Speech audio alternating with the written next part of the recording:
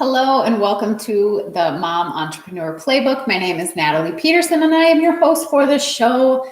Today we're going to be talking about time management. Time management for mom entrepreneurs. Not exactly the most fun, exciting, sexy topic, but one of the most vital. If you are a mom that is raising a family and a business at the same time, you know that some days it feels like there just are not enough hours. And of course, on the flip side, there are days that feel never ending. And so I want to take this time today to invite you to explore your time and how you spend it. For the next 10 minutes or so, thinking about what you're giving your time to, what you're making priority. And if you listen to episodes number 1 and 2, where we discuss ditching the mom guilt there in episode number 1 and episode number 2 about prioritizing your own needs, you might be ready to go. You might be ready to prioritize yourself, take some time back for yourself, but you're just struggling with when you're going to do it. Because I'm sure if you're like me, your life is full. There are demands on you pretty much all hours of every day.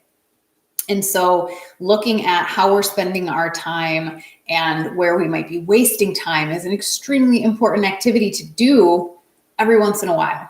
Okay. So today, what I want you to think about first is what you're giving your time to. What are you giving your time to? Meaning, how are you spending your time during the day? And do me a favor and don't just think about this activity, but actually track it. Actually spend a day or optimally 3. Take 3 days where you write down what are you doing throughout your day, starting when you get up to when you go to bed. It's not going to take too much extra time for you to track this, but this is the number one way for you to identify where time is being given away. In other words, where you're wasting time.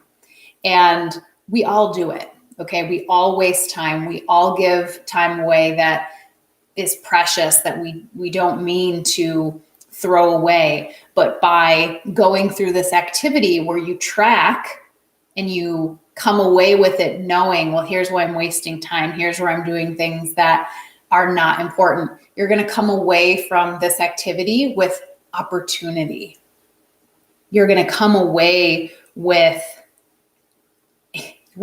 this ability to see where you can place time for yourself throughout your day, where you can place some of the activities that prioritize your own needs, where you're not seeing the time now, right? It's really hard to see opportunity to prioritize ourselves when we're running ourselves ragged, when we're just in it and feeling frantic and feeling pulled in a million different directions. So the activity of tracking your time is going to force you to slow down, which is so important for all of us. It's counterintuitive, but the more you slow down, the more present you are in your day, the more you're going to get done.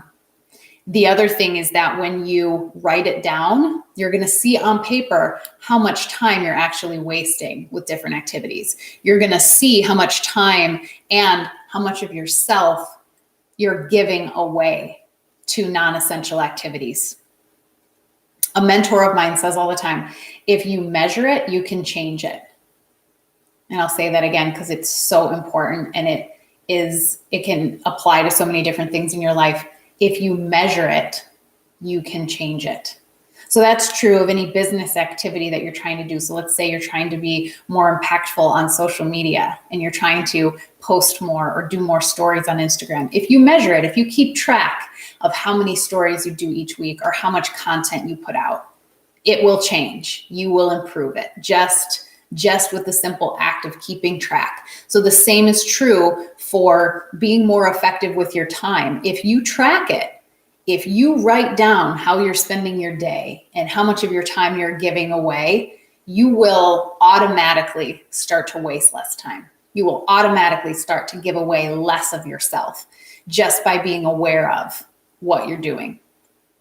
So that's the first thing, taking a few days to track it and to become aware of where the opportunities are. The second thing I want to talk about here, and we'll spend the rest of this episode talking about essential versus non-essential activities. The essential activities being the absolutely necessary hours of your day, the absolutely necessary things that you have to do. So these are things like being at work, serving your clients, taking care of your kids, commuting to your office, or commuting for your kids' sports, commuting for a doctor's appointment, being at that doctor's appointment, right? There are essential activities and time spent during the day that have to happen, and that you really don't have a choice about whether or not you do, right? Especially as moms, as adults, as some of us partners, and definitely entrepreneurs. We don't get to choose every second of every day. But then there's this whole other side of our day that we're spending in non-essential activities. The non-essential activities being things that are not absolutely necessary. The things and activities that we commit to where we give ourselves away and we don't have to. And that is where you will find opportunity to grow, to change, to do things differently. So as you move through your day, as you keep track of how you're spending your time, you're going to circle and highlight the non-essentials. You're going to say, okay, I didn't need to waste that time on the internet. I didn't need to waste that time texting about some drama or gossip that really isn't effective for anybody. I really didn't need to say yes to that person that asked me for this favor that really isn't my responsibility. And don't get me wrong, okay? I am not saying that you should stop doing things for other people. I'm not suggesting that you stop being somebody that people can count on. But what I am suggesting as you look through your essential and non-essential activities and how you spend your time is that I don't want you to be the go-to person for everybody.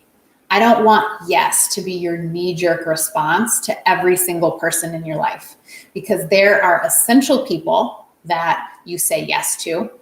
There are essential things, especially when it comes to our kids, our parents, our spouse or partner, some of our friends, perhaps, definitely our clients. We say yes a lot.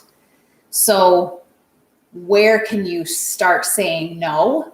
Where are some of the non-essential activities that you're engaging in, that you're giving yourself to, that you're giving your energy to?